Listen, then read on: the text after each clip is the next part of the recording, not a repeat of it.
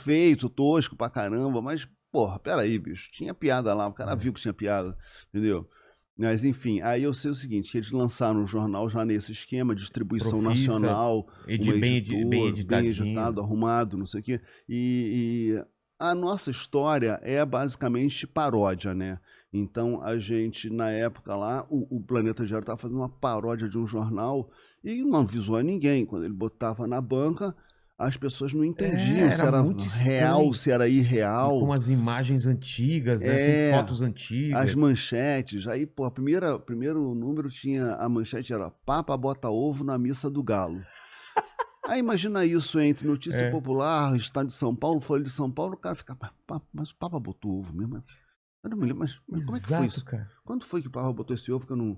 Entendeu? O cara não entendia o que Muita gente deve ter era. comprado esse jornal e jogado fora. E falou, cara, Porra, só só tem tem besteira. fake news. É, fake news. Entendeu? Aí a gente procurou a editora que estava publicando o Pasquim e eles toparam fazer uma revista, que era a revista Caceta Popular, entendeu? E já desde o começo, o pessoal do Planeta... Mas vamos falar de ano. Que ano que é Isso isso? é o ano... Ó, a gente lançou o jornalzinho Mimeógrafo Sei. em 1978. Caramba, 78, cara. 1978, tá? O Planeta Diário saiu em É por isso que eu 1984. não sabia nada do Caceta. Saíram muito Não, antes. esse período aí pouca gente conhece, mais o É, pessoal de faculdade e tal. tá. Em 84 saiu o Planeta Diário e a Caceta Popular saiu né, Como assim como revista revista. e tal, em 86. Era a Tuviaçu já ou não? Toviaçu. Ah, Tuviaçu não Toviaçu. era de vocês, então. A Toviaçu era... Não. Isso é bem depois. Uma editora chamada Núcleo 3, Ah, tá. Putz, eu tá? nem lembro o que eles Não. publicavam mais. Não publicavam mais nada. Ah, é? Era uma editora de um político de Niterói. E aí ele usava a editora para propaganda política. E então, quer dizer, ela tinha bastante atividade em época De eleitoral, eleição. tá? E aí o cara que estava lá tomando conta, que era o Jardel, ele resolveu apostar nessa coisa do jornal de humor. Eles tinham também um jornal de classificados, Tá. entendeu? Pouquíssima coisa assim de publicação. E aí deu certo, né? O Planeta Diário explodiu, vendeu pra caramba, Ah, e eles vendiam muito bem, então? vendia muito, Porque vendia 100 mil exemplares por mês. O quê? Uhum, Caramba! uhum, E o cenário, se eu não me engano, 84, você falou? sim. Era tipo Chiclete com Banana. Isso, exatamente. Tava estourando Exatamente. esses quadrinhos de A humor do turma, cara, Angeli, Laerte. vem cá, anos 80 Porra, surgiram. Aí banda. o Cartoon aqui, os quadrinhos HQ aqui de São São Paulo, Paulo, né? né? O Toninho Mendes era o grande editor, Exatamente. né? Circo, da Circo Editorial, Editorial. isso, tá? Aí tinha o Angeli, o Glauco, Laerte, Laerte, toda aquela turma, né? E também o Rock Brasil estava Tava explodindo. explodindo. Na época do Traje a Rigor, Titãs, É. sabe? Blitz. Barão Vermelho, Circo Voador, Caramba, é né? mesmo, cara. Tudo isso aconteceu Tudo mais ou menos na mesma experimental, época. né? Todo mundo fazendo do jeito que sabia fazer. Cara, isso foi o seguinte, a gente está falando do fim da ditadura militar, É. né? Então, toda aquela repressão que... Tava represada. a panela de pressão que explodiu e deu naquilo tudo, Eu entendeu? lembro os primeiros palavrões em música, né? O disco da Blitz que saía riscado, que a música não tinha sido censurada. A música censurada, eles riscavam a faixa, né? A faixa. E aí começa o Lulu Santos cara, quando saiu, ele falava tesão numa música. E aquilo E já aí, era... nossa, cara, ele falou tesão e tocando na rádio.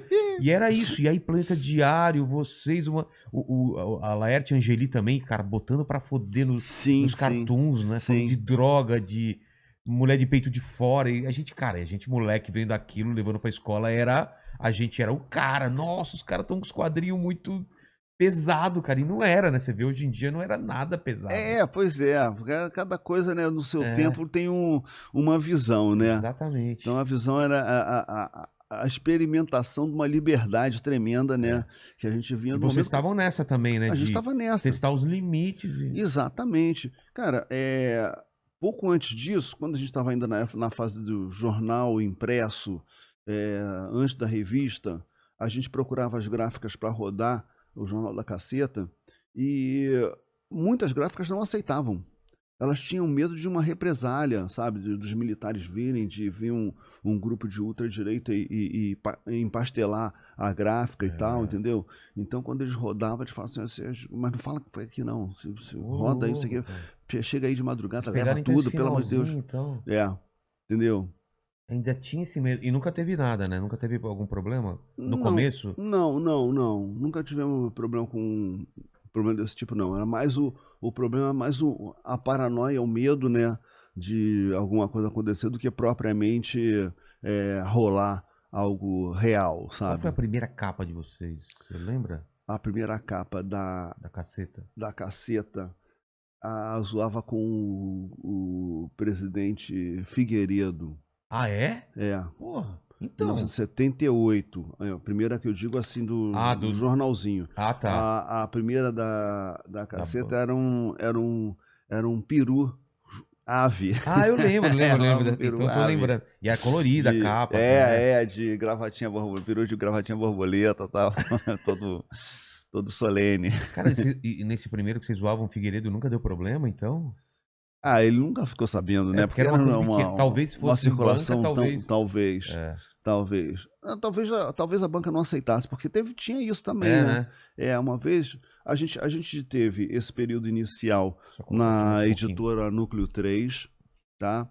E depois a gente teve um problema com essa editora, questão de grana, confusão lá e tal. E então a gente saiu da editora e ficou sem saber, como é que a gente vai fazer agora para rodar o jornal, a revista? E aí a gente procurou o Toninho Mendes. Vocês chegaram a falar com o Toninho Mendes? Chegamos. O Toninho Mendes chegou a ser o editor durante alguns números, mas ele falava o tempo todo, isso foi muito legal, que ele falou assim, olha, eu quero que vocês aprendam a gerir a revista de vocês. Caramba. Então eu vou ensinando aqui a vocês. Durante um tempo vocês vão ficar aqui na minha editora, mas depois vocês vão voo livre.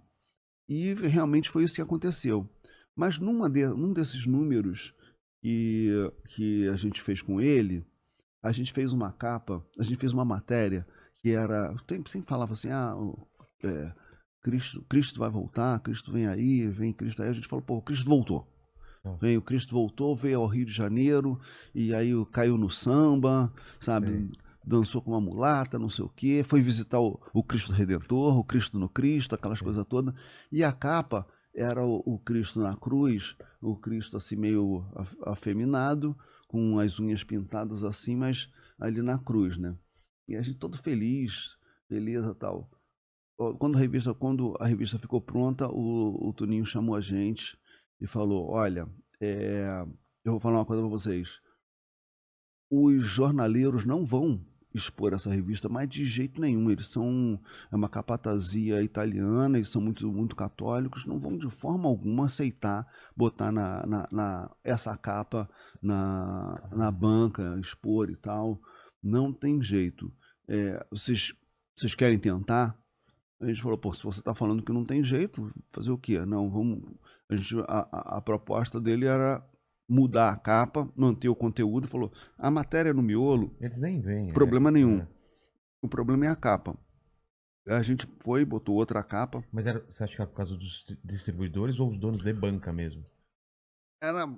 Era basicamente, porque isso é mistura, né? Porque o dono na verdade, assim, você tem gente